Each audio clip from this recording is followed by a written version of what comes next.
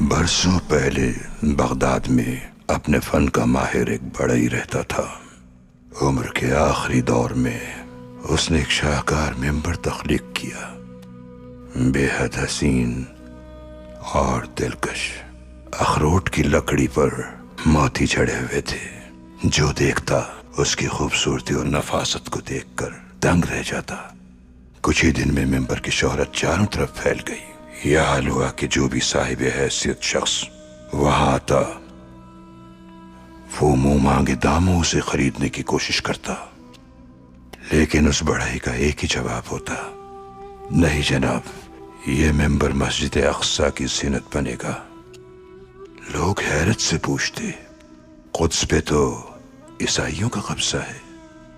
بڑھئی سب کی سنتا اور اس کا ایک ہی جواب ہوتا: میں فنکار ہوں، ایک ہی کام کر سکتا ہوں، ممبر بناتا ہوں۔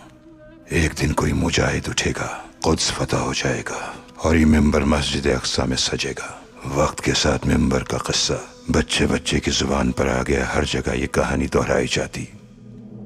ہر کوئی ممبر کی خوبصورتی کو اپنے انداز میں بڑھا چڑھا کر بیان کرتا، اور پھر ایک 7-8 سال کے بچے نے یہ کہانی سنی، مگر اس بچے کو ممبر کی خوبصورتی سے زیادہ بڑھئی کی خواہش نے متاثر کیا، اور پھر 40 سال بعد اسی بچے کے ہاتھوں ممبر کو مسجد اقصی میں نصب کیا گیا۔ آج لوگ اسے صلاح الدین ایوبی کے نام سے جانتے ہیں۔ ہمارا کام بھی بس اتنا ہے، ہمیں بڑھئی کی طرح اپنا کام پورا کرنا ہے۔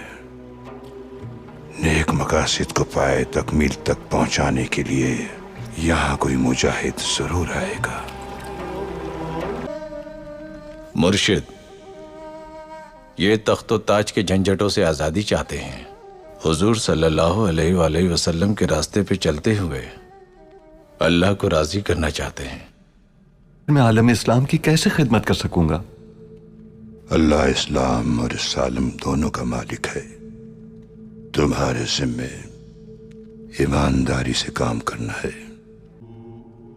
جو بیان کیا تم نے وہ تمہارے فرائض جانفشانی سے ادا کرنے کا سبب بنے گا یا ذمہ داریوں سے قدم پیچھے ہٹانے کا بہانہ بنے گا؟